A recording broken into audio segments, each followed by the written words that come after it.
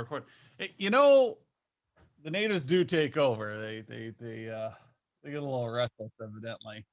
It's okay. Now you can deal with all the master controls of making sure everything works. No, I've got it to do now to go fix that. Yeah. So, oh, and you are constantly in focus. Awesome. I can stay in the top right corner Mhm. and make Skip feel self-conscious here. It didn't take much. All right, let's get this meeting going. First of all, I would like to ask a question. What is next Thursday? Next Thursday. Nope. Oh, yeah. All right. I got it. All right. Well, we'll give everybody else that. Well, they probably got Uh-huh, sure. it before I. Thursday is July 1st, people. Yep. Now, as much as I have been shouting on the emails, hey, it's the end of quarter 2. Quarter 3 is beginning. I forgot to do like my end of quarter planning. Now, given I was driving 2,700 miles across the United States, so I was a little excited about my vacation. But that's just kind of how things work. And that's why we need to be focused a little bit. Start of Yep. quarter 3, fiscal year beginning for most municipal governments. Yep. That is true. That is true. Start of my quarter 3. It's just weird. Like quarter 3, I'm like, where did this year go? Like this year has been fast for at least for me. Like and I had a friend of mine just posting a few days ago about how it was minus 30 degrees in Nebraska just a few months ago. And then we hit 105 last week. I missed it. That's Fahrenheit for several of you on the call. Got a couple countries represented here. A couple continents. 3 continents, I believe, represented in this group. Hey, yeah, that's cool. What a deal. I don't think that's our record yet. We need to get an Australia on here to hit the record. Oh man, but no, I don't, because if the Australia guy's on here, it's a bad day. If they're joining this call at 2 in the morning for the community update live, they're not having a good time. They're like mainlining caffeine. That's true. That's true. I know which side of Australia they're on. So, but anyways, last week, what did you guys go over, Skip? Man, it has been such a week. You're gonna make me think. Let's see. We talked about tickets, I believe, and how to dive into those, and what to the time and place, and I will take this opportunity again to set expectations that there is a significant part of our business that is very tactical, technical, and ticket based. I came up with 3 T's. Oh yeah, how did I forget that? And we want to lose focus on that. And so as you listen to me, I think specifically talk about some of these strategic elements, I don't want to set the expectation that we're forgetting about those. The most important thing is that we find the right place to get those tactical, technical, and ticket based conversations down. So, all right, I just couldn't resist. We can move on now. Alliteration for the win, people. So, in the email, I noticed that, like, wait a minute, I forgot to update the community update section. So if you read the the newsletters, I always have in there like what we're going to talk about this week in the community update section, and I evidently forgot to update it for this week. So everybody can forgive me for that. But what we're supposed to be talking about this week for the fourth week of June is finalizing fiscal year roadmaps. And I had something else come up this week that I realized that what I forgot was, yes, the fiscal year is important. That getting getting these roadmaps put in front of our government contract clients is important. But what's more important almost is meeting with your teams internally to establish rocks for your following quarter. So for you traction EOS people, this means what are you going to accomplish in quarter 3? So at the end of quarter 3, at the beginning of quarter 3, you should set, hey, I'm going to meet with this many clients over the next 90 days. And then at the end of quarter three, you have to stand up in front of everybody and say, how many clients did you meet with and did you meet your goal? And the reason we do this is that in a given quarter, we don't get distracted. So I use a tool called 90.io, and Yep. it really helps with setting goals for your teams and keeping your meetings on track and stuff. But you have to make sure that at the end of every quarter, you have a meeting to talk about the next quarter. So you finalized, hey, what happened this last quarter and what's going on next quarter. This may seem like it's obvious because I have it in my quarterly or our strategic reports that you have to do this. What happened last quarter? What's going on next quarter? But even though this is ingrained in my being to do this, I forget. The only reason I remember is because a calendar event comes up and says, "Hey, you need to do this now." So if I'm forgetting, how many of you are forgetting to do this follow up and planning? And that's what we need to be thinking about, because next week, literally next week, is the beginning of quarter three. That means that we have less time left in this year than we started with. We have gone over halfway through the year. You are closer to Christmas than you are to New Year's. Let that all sink in. How much revenue have you sourced this year? And now you have 6 months left. Have you got the projects in front of your customers? Have you put off too many things and now they're starting to pile up? There's a very, for those of you who've been with us for a long time, I'm going to whip it out. Oh, I'm it's doing not it. the whiteboard, is it? Heck yeah. Oh, So for you, those of you um, who are used to me drawing very poorly, well, here we go. now I'm gonna pin myself because Skip likes to be in focus. There we go.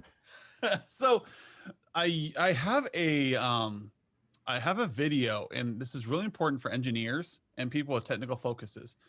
Okay, is that as time increases, you have workload. So in January, you start off with this nice clean slate. You have work to do. It's planned out for some time in the year. And you keep working on things. And as you work on something, you reduce this pile of things to do that you have. And so as time goes on, your ramp up should look like this. You should stay level. If you are balancing work and scheduling it out appropriately, then your line should ramp up in January as you schedule things, and it should stay relatively flat. Unfortunately, what happens is your operational work gets in the way, and you start building things up. So you push off a project till next week. You push off another project till next week because a firewall broke. You push off another project till next week because your dog got sick, and so on and so forth. This keeps going until your graph looks more like this.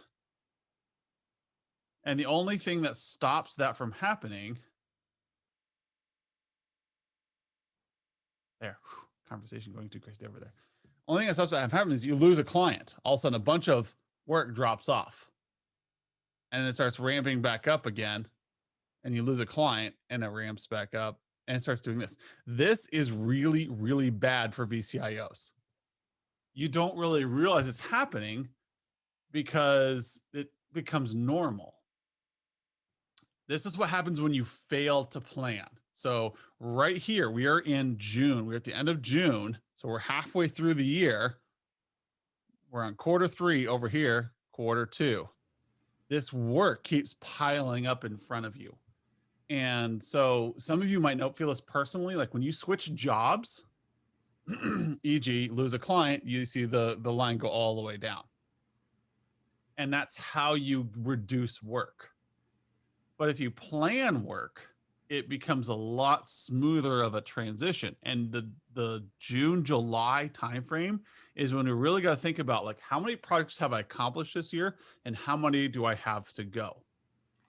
And if you maintain that healthy balance, if you really are good at what you do what I do. So that one time a year, I have this dip where all my projects are complete or are scheduled in such a way that I have nothing to do in like a January, December-ish area, so that I can spend that time doing annual planning.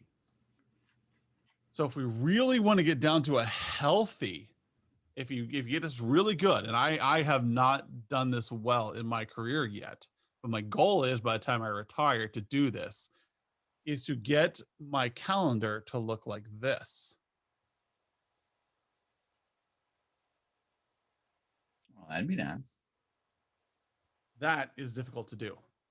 I drew it wrong because it needs to be inverted. But at the end of every quarter, you should have a drop of work. So this should be quarter two, should be quarter four, the beginning of quarter four. The idea there is you're ramping up all the quarterly projects, you're dipping them down into a planning stage, and you're coming back up into an operational phase. So with work, you peak, these are your operational phases, and down here are your strategic phases. I'm gonna call this. Now, let me jump in here and say, I mean, some of us look at this and our first thought is, well, I've got all these clients and my schedule depends on my client schedule. And no, that's not true. Your clients' schedules affect you, but you're not dependent upon that. We can make planning cycles here. We can allocate things around. There is opportunity to manage the work that your clients bring in, even setting expectations of, hey, we have X number of clients, a percentage of them is probably going to have something on fire at any given time. And so we even plan and budget for that. So service in us in particular, but service industries in general, I think tend to fall into this, I am a slave to whatever my clients need or doing. And that's not quite right, because we know many of their cycles ahead of time. We can plan for these so that we do have a more predictable workload rather than just suffering at the whims of whatever our clients have going on at the moment. Yeah. And you get this is pie in the sky. I will admit there is a bit of idealism to this, but you have to have something to aim for. Yes. Because the red line, what I drew there, is super bad. Because the only way to balance your work schedule is to lose a client or to lose a project. Yeah. Either way, you're losing money.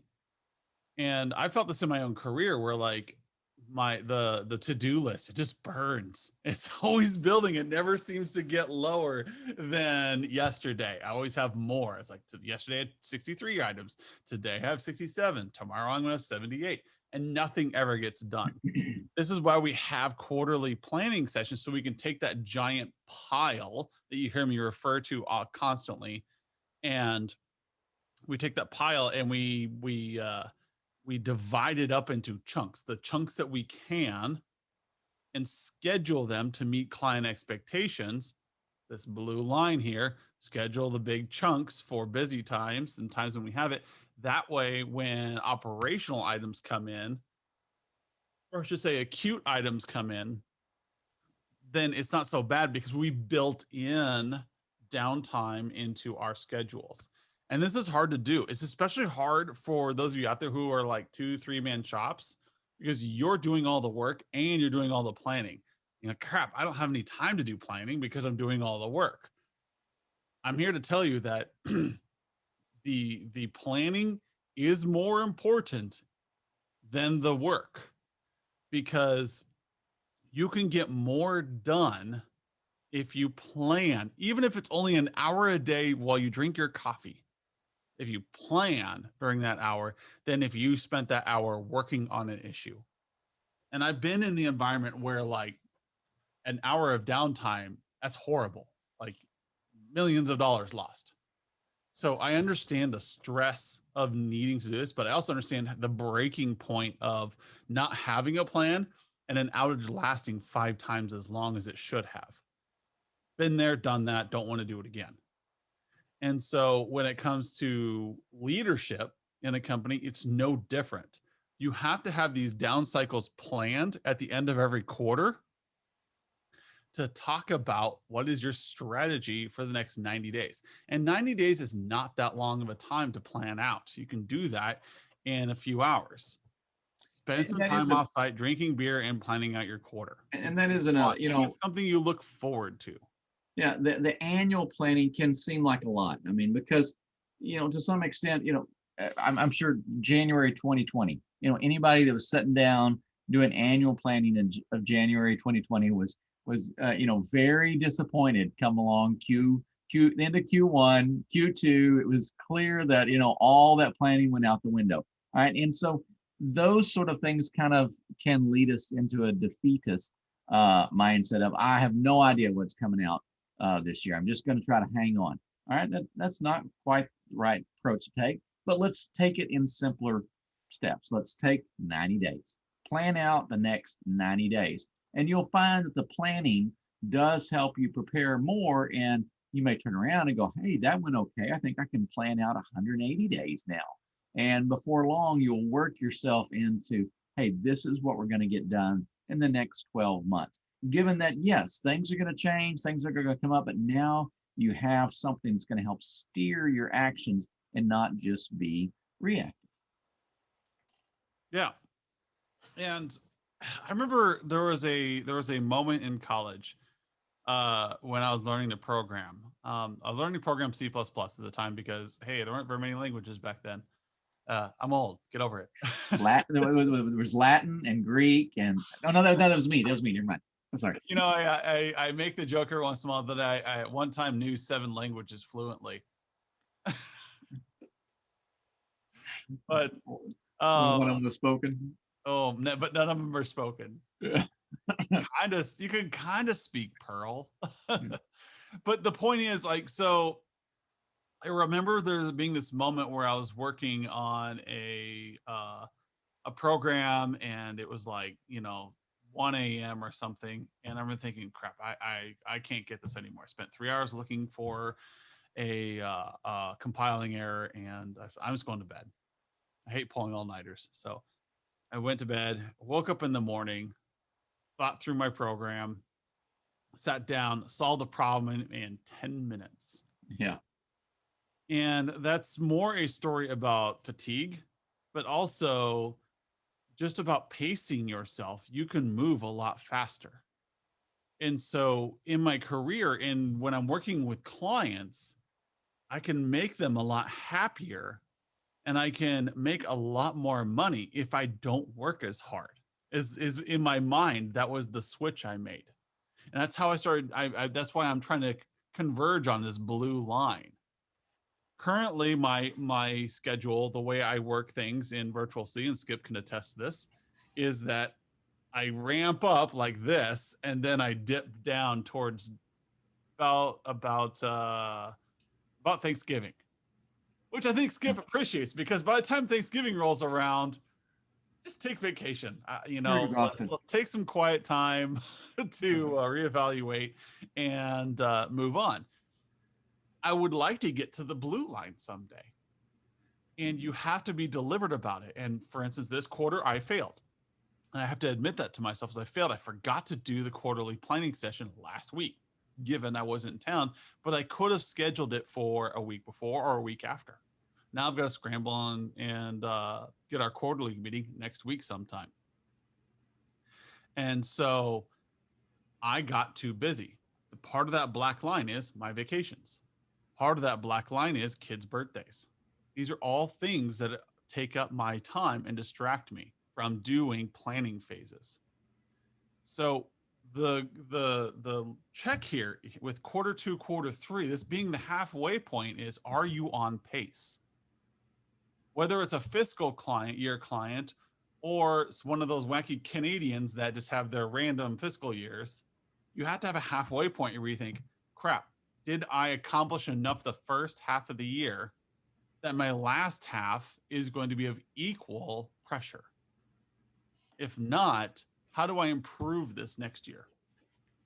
And you set that as a goal now this month, like by Friday. I say by next Thursday, set a goal. Like, how are you going to forecast your workload for you and your team by the end of next week? One of the ways you can do that is if you go into the tool, start looking at your, let's see if I can pull it up here real quick. Had it open, but then life happened and all my tabs closed. You go into your project for all clients, your project roadmap.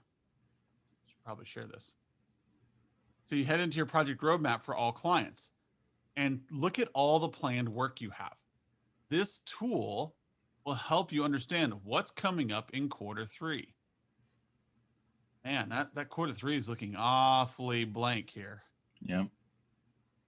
Okay, these are my recommended and planned. What about just my planned projects? So this is our demo client. There's not a lot in here, but on a bigger client, you're going to have a bunch of them. Okay, so who's responsible? Is Adam. What's my next quarter look like? Planned, assigned to me for the next quarter. Can I accomplish all that? Okay, it's looking a little busy or it's not looking busy enough. Let's go to the month view and see if we can't move some of these projects around. This isn't a 100% awesome project management tool, but it really does show you where things are so that when you do your QBRs, you're setting realistic goals. Well, I think the expectation here is not project management, but project planning. You know, and there is I'm splitting hairs there, but there is a difference there, and there's a huge value in project management. And the managed service platform is not trying to take that burden on. That is a task and challenge in and of itself. What we want to do is want to plan these so that we can be more efficient about them from the client side and our side. So yes, you can leverage this as a very, very valuable project planning tool. And, I like the integrations we have. If you haven't experimented with those, we can push these projects out to your PSAs. And so we do get some cool little extras that are able to push them out and keep them connected throughout the evolution of your project management cycle within your PSA. Along the way, getting a little bit of feedback into our tools so that we know where in the plan that this project is, but at the same time, handing that over to the project management tool that you guys want to use, the one that works best. All right. And coming back, the project management tool that works best is the one that you actually use. Right. So getting that over there and just getting the little feedback says, hey, this is where we're at. And that allows you to maintain the conversation of where we're going with these projects. What are we getting accomplished?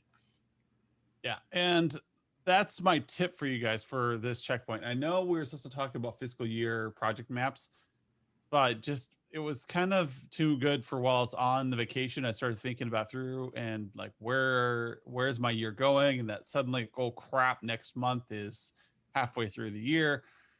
And I thought, crap, we need to talk about that in the community update. And so the planning tool in here is useful. I like 90.io.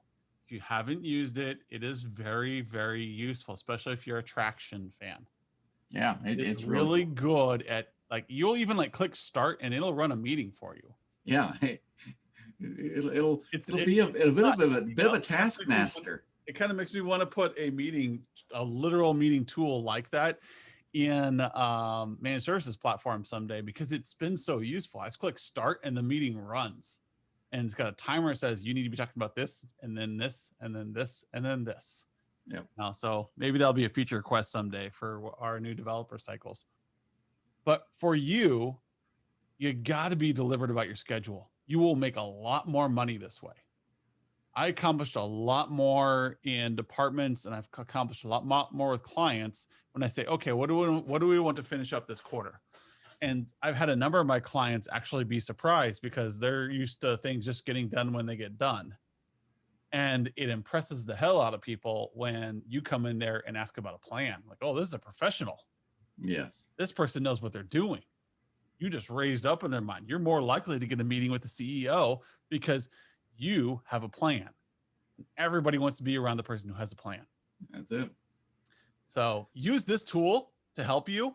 If you're not using this tool, you're missing out. I mean, the whole changing things from idea to planned to completed, it's really great for planning in your internal teams. And again, this is the project roadmap for all clients. So understand that that isn't this particular area, this project roadmap is for all clients. And so you'll see a comprehensive view. You can filter the clients here for just one or two of them. If you have some major clients, you want to make sure that you've got planned out this quarter. You can just filter down to what kind of projects you're doing. It's a really useful tool that's underutilized a bit in our software, but I like this because I can show where I'm at. And again, I use 90.io because I have so many teams and vendors to track that I want to coordinate all the activities. But as a technical person, as when I ran the departments, having a simple project list of what's getting done with this quarter. I need to move that next quarter. It's not that important. Now I can have open opportunities to sell more, plan more, and get myself out of this ramp up that you all feel where this pile of stuff ends up on your shoulders. And it always ends up on your shoulders at the wrong times. And then you have these exhausting weeks. You can get out of those. It can go away. I've done it. I've gone from this red line, which I lived in for like 10 years, to this black line where my life is a little bit more even. Yes, every once in a while there's a sharp spike when something bad happens, but they're very rare because I spend more time doing quarterly planning and daily planning and weekly planning and setting up a cadence than I do just reacting to everything. And I know all of you out there are tired of just reacting. This is how you get out of it. You have to set times for planning. You set it for your clients and you set it for your internal teams. And that's all I got to say about that. That sounds good. We got to move on to the next webinar. We've got a lot of people coming in about a half an hour to the new products webinar. So if you guys are all going to head over there, we're going to probably sign on a little early, and then we'll definitely start it at within 28 minutes. Talk about the new product line that's going to help people integrate HIT, which you guys are already doing, into every area of managed services platform. And what are some of the cool new things coming up that, like we've talked about a little bit with like dashboards and helping people understand that this is more about a human conversation. It's more about strategy than it is about just fixing computers, because this next 2 to 3 years is going to be another tech boom. And the people in this community are the ones that are going to be making a lot of money off of it because they're going to understand what the customers want. So we'll see those of you who signed up in about a half an hour. If not, we'll see the rest of you next week. All right. See you guys.